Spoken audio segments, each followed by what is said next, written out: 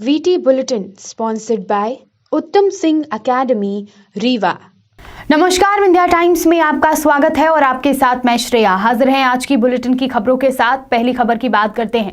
बीते 6 जनवरी को रीवा स्टेशन पर रात को शटिंग कार्य के समय महिला रेल कर्मचारी के साथ एक अज्ञात युवक द्वारा मारपीट और अभद्रता करने का प्रयास किया गया, जिस पर महिला रेल कर्मी ने गार्ड कोच से कूदकर अपने आप को बचाया। इस घटना के विरोध और कार्यस्थल पर कर्मचारियों को सुरक्षा देने में विफल रहने में रेल प्रशासन के खिलाफ WCRMS की रीवा विंग द्वारा SN शुक्ला मंडल अध्यक्ष की अध्यक्षता में आज रीवा स्टेशन पर एक द्वार सभा का आयोजन किया गया। मंडल अध्यक्ष ने इस घटना की कड़ी निंदा की और स्टेशन प्रबंधक को मंडल रेल प्रबंधक के नाम का ज्ञापन सौंपा गया। इस घटना की जांच की मांग भी की गई। साथ ही यह मांग की गई कि रेल परिसर में महिला कर्मी के साथ साथ सभी कर्मचारियों की सुरक्षा सुनिश्चित की जाए।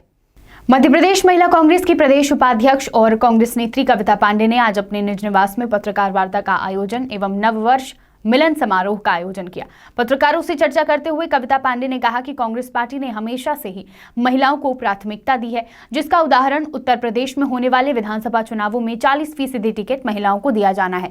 साथ ही महिलाओं से जुड़े हुए मुद्दों पर बात की और मध्य प्रदेश की बीजेपी सरकार पर आरोप लगाते हुए कहा कि बीजेपी सरकार में महिलाओं के प्रति हो रहे अपराध में हताशा बढ़ी है और वर्तमान बीजेपी सरकार का महिला सुरक्षा को लेकर रवैया बहुत निराशाजनक है। साथ ही उन्होंने ये कहा कि अगली 14 जनवरी को मकर संक्रांति के अवसर पर रीवा में भी उत्तर प्रदेश की तर्ज पर लड़की हूं लड़ सकती हूं कैंपेन शुरू किया जाएगा, जिसके माध्यम से रीवा की लड़कियों को जूडो कराटे सिखाया जाएगा। नववर्ष मिलन समारोह में महिला कांग्रेस के पदाधिकारी सहित कांग्रेस के कई पदाधिकारी मौजूद रहे। रीवा के गोल क्वार्टर्स तोपखाना बिछिया साइट पर पूर्व मंत्री व रीवा विधायक राजेंद्र शुक्ला द्वारा प्रधानमंत्री आवास योजना के अंतर्गत नवनिर्मित 112 भवनों का लोकार्पण किया गया और हितग्राहियों को नए आवास की चाबी दी गई। नगर निगम द्वारा वार्ड 44 में 3 चरण में 120, 112 और 112 भवन का आवंटन नगर निगम द्वारा किया जा चुका है।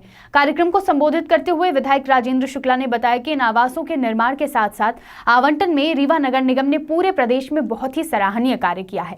हितग्राहियों को नवनिर्मित आवासों की चाबी देने के साथ साथ इन आवासों की व्यवस्था किए जाने, पीने के पानी की व्यवस्था तथा बाउंड्री वॉल के निर्माण के लिए 62 लाख प्रदान करने की भी घोषणा रीवा विधायक ने की।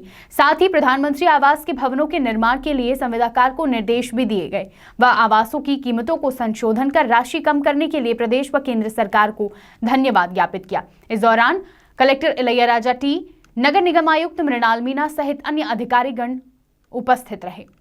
रीवा जिले में शनिवार की देर रात से चालू हुई रिमझिम बारिश का सिलसिला रविवार की दोपहर तक चलता रहा। थोड़ी देर के लिए बारिश रुकी और उसके बाद फिर से शाम से बारिश होने लगी। मौसम वैज्ञानिकों की माने तो जम्मू कश्मीर में एक के बाद एक पश्चिमी विक्षोभ के साथ ही राजस्थान में बन रहे सिस्टम के कारण ये बदलाव हो रहे हैं, जिसके कारण मध्य प्रदेश सहित विंध्य क्षेत्र के जिलों में गरज चमक के साथ बारिश व बूंदाबांदी होती रहेगी। कल देर रात से जारी बारिश के कारण शहर के कई स्थानों में सड़कों पर पानी भर गया है।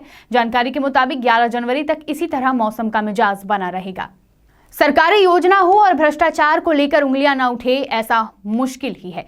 मामला अनूपपुर जिले का है। वर्ष 2021 में स्वास्थ्य संचालक ने राशि जारी करते हुए CMHO को निर्देशित किया था कि हेल्थ एवं वेलनेस कार्यक्रम के तहत लैपटॉप एवं टैबलेट खरीदी के लिए प्रत्येक CHO को 71,500 रुपए प्रदान किए जाएं और सारी खरीदी जेम के माध्यम से की जानी चाहिए थी। लेकिन जिम्मेदार लोगों ने यहां भी अवसर तलाश कर खुद खरीदी करने निकल पड़े और पहले चरण में 44 लैपटॉप इंदौर की फर्म से जेम के माध्यम से खरीदी की गई और उनका भौतिक सत्यापन कलेक्टर कार्यालय से कराते हुए भ्रष्टाचार पर पर्दा डालने का प्रयास तत्कालीन प्रभारी अधिकारी शिवेंद्र द्विवेदी द्वारा किया गया।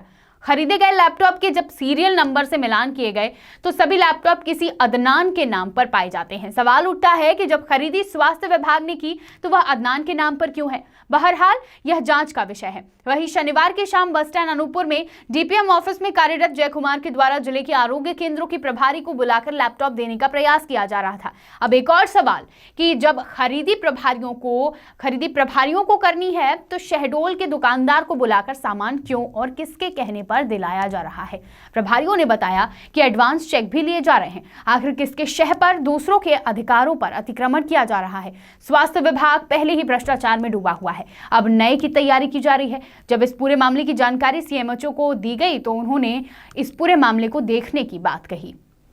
देखिए, हमने आदेश दिया है कि कोई भी जो हमें खरीदना है वो जेम से खरीदा जाएगा, ना कि किसी की पर्सनल दुकान से खरीदेगा। जेम पोर्टल से ही खरीदना है और हेल्थ एंड वेलनेस से कोई नहीं खरीदेगा। सीएचओ के खाते में पैसे जाते हैं और सीएचओ इंडिपेंडेंट होके जहां से चाहे जिस कंपनी का खरीदें और बिल लगा दें। अगर ऐसी कोई शिकायत करता है, अगर झूठी कि इनको बुलाए उनको बुलाए, जबकि अनूपपुर में मिलता है, कोतमा में मिलता है, फिर भी हम खरीदेंगे तो सिर्फ जेम से खरीदेंगे, या अगर उनको पैसा दिया जाता है तो वो खरीदें। इसमें कोई अगर गलती करता है तो उसके ऊपर मैं सख्त कार्रवाई करूंगा। अभी आपके बात भी आप बता रहे थे उनसे। हाँ, जय से बात हुई है। जय ने ये कहा है कि डीपीएम ने बोला था कि लैपटॉप कुछ है दिखा दो उनको कि ये पसंद है या कुछ और लेना है। तो उसका कहना यह है कि मैं टेक्निकल जानकारी उनको दे रहा था कि ये लैपटॉप है, ये अच्छा है, ये चीज है। अब कहाँ ये लोग बैठे थे, किससे बात कर रहे थे, इसकी जानकारी मुझे नहीं। ये दुकानदार शहडोल का था। हाँ, हो सकता है। अगर ये लोग कहीं भी कोई भी गलती करेंगे तो इनके ऊपर कार्रवाई होगी, चाहे वो जय हो, डीपीएम हो, बीपीएम हो, किसी भी लेवल पे इस तरीके की हरकत बिल्कुल नहीं बर्दाश्त की जाएगी। ठीक। बात करते हैं बुलेटिन की आखिरी खबर की। लगातार चुरहट की सियासी सड़क लंबे समय से चर्चा का विषय बनी हुई है। प्रत्येक राजनीतिक पार्टी कहीं न कहीं इसका इस्तेमाल जरूर करती आ रही है।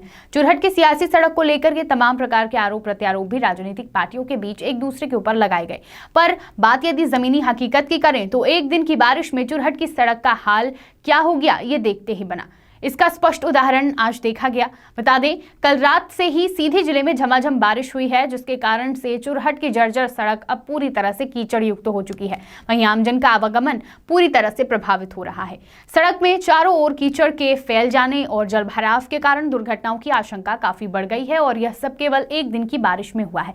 यदि 2-4 दिन और इसी प्रकार से बारिश हो जाए तो चुरहट के सड़क की स्थिति बद से बदतर हो सकती है। इसलिए प्रशासन और सरकार को इस विषय पर जल्द से जल्द ध्यान देने की आवश्यकता है। सीधी से अभिलाष मिश्रा की रिपोर्ट। विंध्य की तमाम खबरें लेकर कल फिर हाजिर होंगे। देखते रहिए विंध्या टाइम्स। बहुत बहुत धन्यवाद।